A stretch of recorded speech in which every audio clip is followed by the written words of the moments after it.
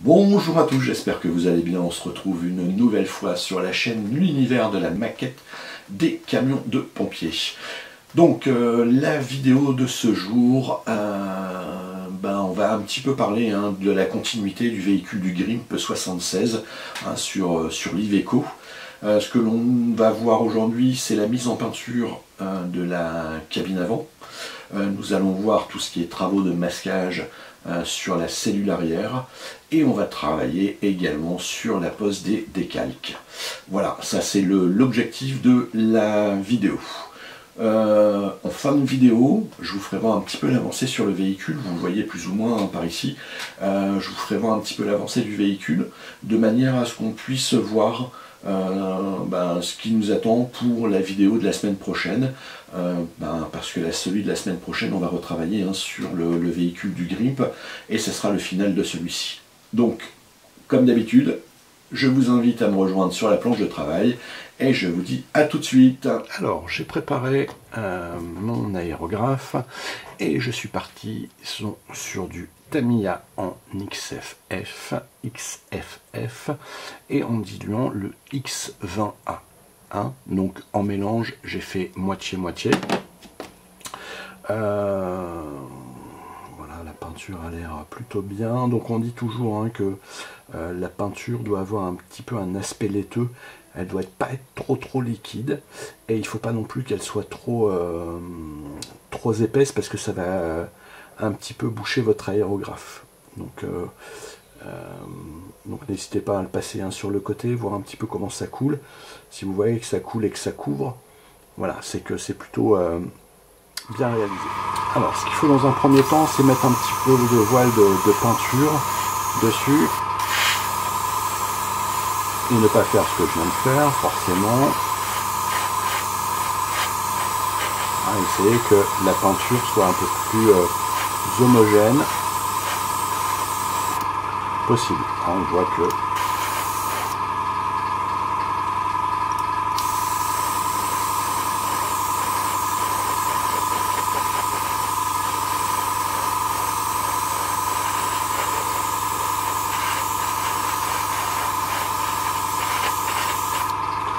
c'est vraiment très léger dès le départ, juste de manière à avoir une petite couche d'accroche. On ne vient pas chercher quelque chose de couvrant dès le départ.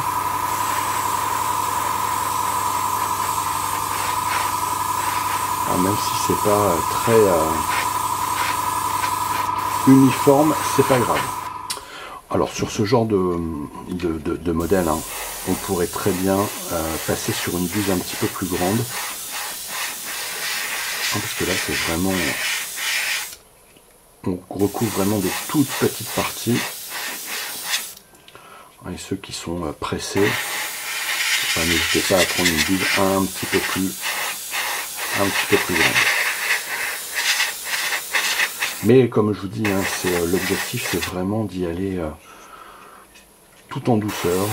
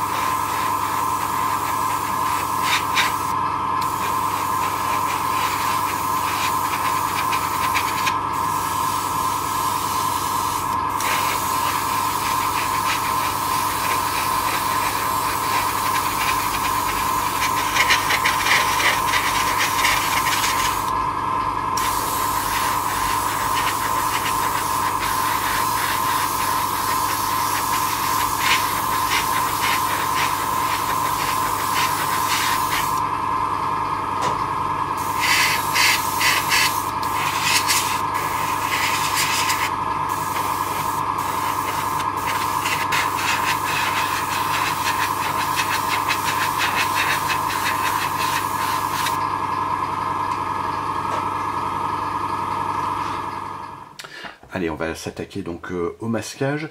Donc j'ai démarré un petit peu. Ici, je suis venu masquer tout le tour. J'ai largement dépassé et je vais vous expliquer le pourquoi. Habituellement, ce que je prends, c'est des petites bandes cache comme ça, comme celui-ci.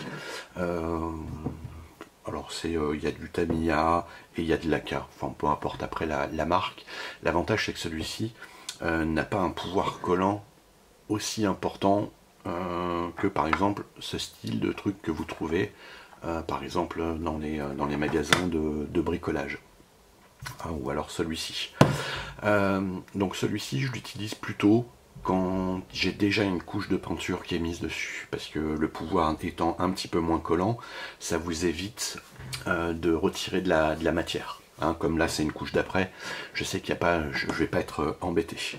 Donc j'ai largement dépassé, j'ai utilisé cette bande cache qui est assez large. Ce que je vais faire, donc un Exalto, mais par contre ne pas hésiter à changer la lame. Celui-ci avait je l'avais utilisé, je ne sais plus pourquoi, mais je préfère partir sur une lame neuve parce que ça demande à ce que ça soit très coupant et net. C'est pour avoir des traces un petit peu partout, c'est pas forcément top. Et ensuite, tout simplement, on vient suivre dans les lignes, voilà, de manière à ce qu'on ait quelque chose de net. Parce que de manière générale, moi j'ai tendance à partir un petit peu à droite, à gauche, et ça fait pas quelque chose de très régulier. Donc je sais que de cette méthode, j'ai pas de problème. Et en plus ça va renforcer un petit peu les lignes de moulage.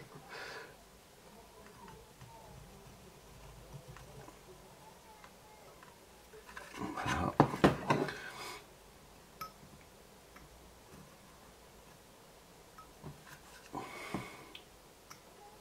Ne pas hésiter à repasser et bien faire attention sur les coins qui ne manquent pas, parce que si jamais vous arrachez un petit peu de papier, voilà, si vous n'allez pas avoir quelque chose de très propre dès le départ.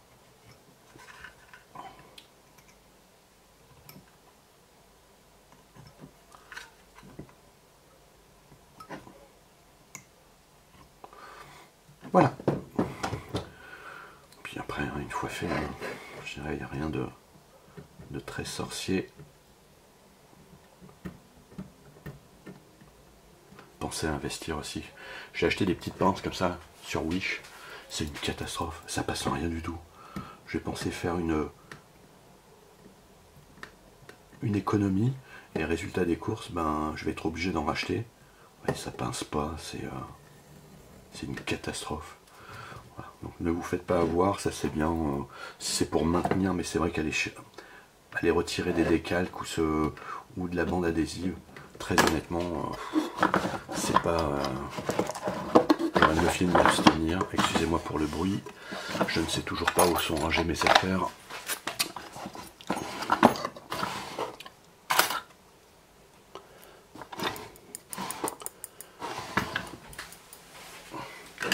Alors...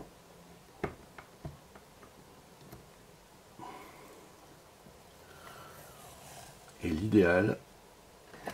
Moi j'avais travaillé en clinique, je travaillais en clinique, et c'est vraiment les instruments de chirurgie qui sont vraiment top. À savoir ça pince, c'est vraiment top. Alors je sais que tout le monde n'a pas la possibilité de travailler là-dedans, mais des fois, même en pharmacie, c'est moins cher que sur les magasins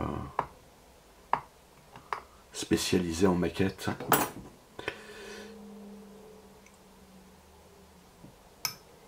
Alors si vous faites ce que je fais, faites très attention. Glissez la pointe pour éviter de faire des rayures. Ça serait malheureux.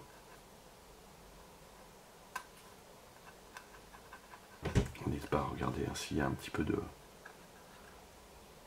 surplus, enfin de petits résidus. Et voilà, là le masquage, je sais qu'il va être propre, qu'il va être net. et efficace. Et donc on se retrouve sur la cabine avant. Donc on a mis hein, la peinture, vous avez vu hein, la peinture, le vernis je ne l'ai pas mis avec vous parce que j'ai pas de cabine d'extraction, comme je l'ai dit, les odeurs sont assez fortes, je vais pas le faire en intérieur, et puis en extérieur c'est pas évident de tout sortir. Voilà, ici j'ai tout préparé de manière à pouvoir mettre en noir tout ce qui va être les contours de fenêtres et les ouvertures de portes. Il me restera l'avant à faire, hein, parce que comme j'ai bien colmaté, je vais le faire en 2 temps. Voilà, donc là on va se faire cette étape là. Je n'avais pas mis en place, mais il y a la cabine avant qui a été peinte, donc le dessous en noir, hein, comme le châssis, et puis je l'ai fait en biton, hein, sachant que de toute façon, comme d'habitude, on ne verra absolument rien à l'intérieur, on va juste apercevoir. Je vais essayer de le mettre, vous voyez, on voit pas grand chose sur la cabine. Bon, voilà, c'est malheureux là-dessus, mais sur l'U143 malheureusement on voit pas grand chose. Donc la cabine a été faite, j'ai également, enfin je suis en train de le réaliser, donc on a la cabine arrière qui a été également peinte, donc le dessus en blanc, la cabine par elle-même en rouge, et nous avons les ridelles sur le côté, ou les rideaux plutôt, qui sont en aluminium. Donc là il me manque une deuxième couche de peinture en aluminium pour que ça ressorte bien. Voilà, il restera aussi du travail à faire sur la porte arrière, avec entre autres la poignée, mettre un peu de jus sur le contour pour qu'on puisse bien délimiter un petit peu tout ça. Le dessous donc de la cellule a été également travaillé. On a le dessous, on a les cabines, j'ai perdu le nom. Ça va me revenir, qui ont été réalisés. Il nous manque un petit peu de peinture, j'ai déjà mis en rouge, je ne sais pas si on le voit un petit peu, la différence du rouge pour les feux de stop. Il nous restera les clignotants à mettre et les feux de recul. Un petit peu de peinture, encore un petit peu ici, et puis l'affaire sera réglée. Donc, je prépare tout le nécessaire de manière à se faire ensemble les contours de fenêtres et les petites ouvertures de portes. Voilà, donc je vous dis à tout de suite. Alors, avant de peindre, ce que je vais faire, c'est que je vais, parce que ça je l'ai posé hier, et des fois avec la chaleur ça peut bouger un petit peu, hein, mais réappuyer un petit peu sur les contours pour éviter qu'il y ait des bavures partout. Voilà. La bande cache, j'ai pris de l'Aka, mais bon après Aka ou Tamiya là-dessus, je sais pas s'il y a une grande différence. Voilà, moi je prends ce que j'ai trouvé, parce que quand j'avais passé mes commandes c'était pendant le confinement, et donc j'ai acheté ce que j'ai pu, ce qui restait.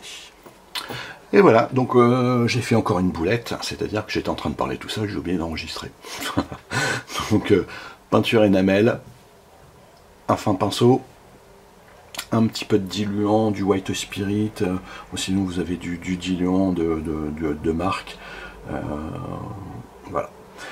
Ce que j'étais en train de dire, je parlais tout seul, c'est que malheureusement avec les peintures enamel, on perd beaucoup les détails. Donc l'avantage c'est que ça recouvre bien, mais on perd énormément de détails. Donc il fallait essayer de jouer. Vous voyez, la poignée rouge se voit bien, on voit bien les détails, et sur la noire on voit quasiment rien. Donc déjà il y a l'effet sombre qui rentre en ligne de compte, mais voilà, il y a là aussi l'épaisseur de la peinture, donc ne pas hésiter à bien le diluer, et puis y aller par fine couche, hein, pour éviter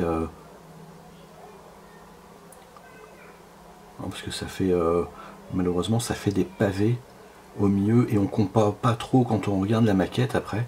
On ne comprend pas trop parce que il y a une espèce de grosse tache noire, et ben, on essaye hein, de deviner un petit peu ce que c'est, mais le rendu après n'est pas forcément top top.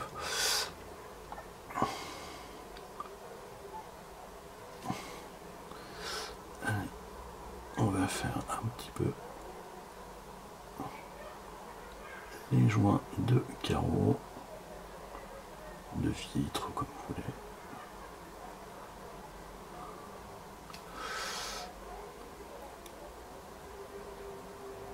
Donc toujours une étape, voilà, je veux dire, les finitions comme ça, c'est toujours plus long que les gros ouvrages. Et puis il faut pas se planter parce que sinon on est obligé de tout reprendre. Donc vaut mieux y aller tout doucement, mais sûrement, comme on dit.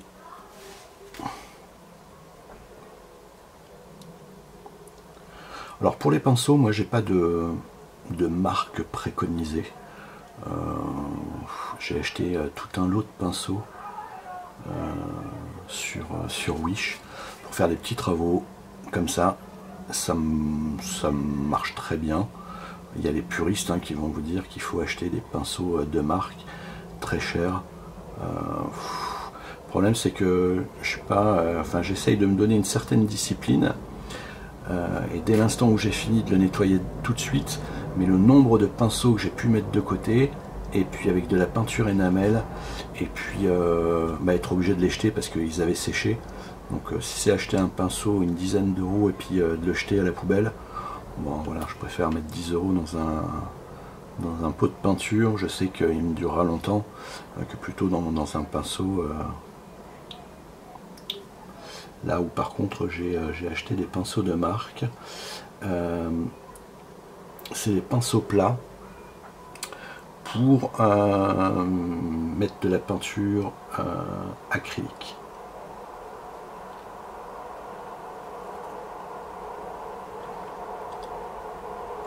Donc vous avez compris un petit peu le principe, hein.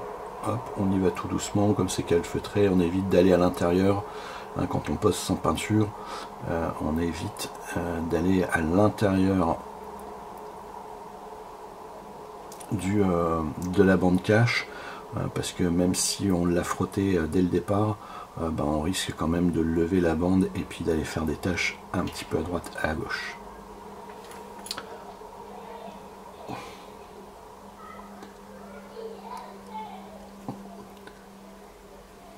Donc je vais continuer hors caméra, d'accord, hein, vous avez vu le principe, je ne vais pas monopoliser l'attention sur des détails comme ça. On reviendra un petit peu plus tard sur d'autres petits éléments. Je finis tout ça et je vous reprends une fois que j'ai bien avancé. Donc je vous dis à tout de suite. Et donc je vous remercie hein, d'avoir regardé la vidéo jusqu'au bout. Merci aussi, hein, n'hésitez pas à me mettre des petits pouces, n'hésitez pas à commenter et à me dire un petit peu ce que vous en pensez. Peut-être qu'il y a des choses à travailler, je sais pas, sur la mise en page de la chaîne. Des choses aussi que vous aimeriez voir, n'hésitez pas à me le dire de manière à ce que je puisse la programmer pour les prochaines vidéos. Je suis en train d'établir un petit peu je veux dire un cahier des charges sur les véhicules qui vont venir, parce que il va falloir essayer de trouver un rythme et puis d'essayer de divertir un petit peu, de diversifier, pas de divertir, mais de diversifier un petit peu les vidéos et d'essayer de travailler sur plusieurs choses. Donc je suis en train de mettre ça, d'établir un petit rétro-planning hein, pour savoir un petit peu ce qui va venir dans les semaines ou dans les mois à venir. Donc merci hein, pour vos partages, merci pour vos j'aime, merci pour vos petits commentaires. N'hésitez pas, hein, ceux qui regardent et qui ne sont pas abonnés, n'hésitez pas à cliquer sur l'abonnement. Vous serez tenu informé dès l'instant où je vais mettre une vidéo en ligne. Voilà. Et pour être très honnête avec vous, plus il y a d'abonnements, plus il y a de j'aime, plus il y a de commentaires, plus il y a un référencement de la chaîne, et plus je vais monter un petit peu dans les, je dirais, dans les pages, et plus vite on va me retrouver. Donc si vous estimez que le contenu mérite, je dirais, d'être visionné, bah, n'hésitez pas à le faire, ça me fera très plaisir. Voilà, je clôture là-dessus, et puis bah maintenant ce qu'on va faire, c'est qu'on va se retrouver sur le véhicule, hein, je vous l'ai dit en début, on va voir un petit peu l'avancement du véhicule. Donc l'avancement du véhicule, j'ai ici la cellule avant, la mise au point, hop, je vais essayer de me tourner, ça le fait pas, ça le fait pas, ça le fait pas, ça le fait pas, ça le fait pas. Alors, ce que je vais faire, désolé, je vais mettre ma caméra comme d'habitude, et puis je vais vous commenter tout ça. Voilà, je vous dis à tout de suite. Et voilà, la caméra est positionnée différemment, ça sera beaucoup mieux pour faire les ajustements et les mises au point. Donc, on a ici la cabine, donc qui est quasiment terminée, la pose des décals qui a été faite, la couche de vernis a également été réalisée, restera à la dépolir et lui donner un petit peu plus d'éclat. Il me reste aussi la petite barre que j'ai cassée à rajouter, que j'ai oublié. Donc voilà, ça c'est pour la cellule avant, donc forcément il y aura toutes les parties vitrées qu'on verra la semaine prochaine. Nous avons également le châssis du dessous qui a été réalisé, qui a été collé. Là c'est juste pour moi, j'ai mis un petit peu la marque, et puis le véhicule, ça fait un petit peu pense-bête, comme j'avais du rajout. Ça, on l'avait déjà vu ensemble, ça a été réalisé. Et nous avons ici la cellule qui est aussi terminée. Donc les ridelles ont été peintes, tout a été peint. Vous voyez, hein, c'est pas encore luisant parce que il faut que j'aille chercher de l'éclat. L'arrière, voilà. Donc en gros, sur le véhicule qui n'est pas encore tout à fait terminé, voilà un petit peu ce que ça va donner. Alors, vous avez une petite idée du véhicule par lui-même.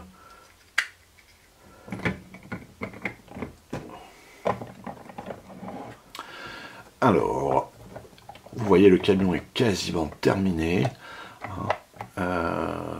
Il reste 2-3 petits accessoires à mettre en place, tels que le pare-choc avant qui est juste ici. Bon, je vais pas réussir avec une main à le décrocher, mais il reste les rétros à mettre et autres. Donc il n'y a plus grand chose. La semaine prochaine, c'est terminé. Donc je vous remercie, je vais clôturer là-dessus, je vous remercie, je vous dis à très vite, et prenez soin de vous, c'est pas fini, et bye bye.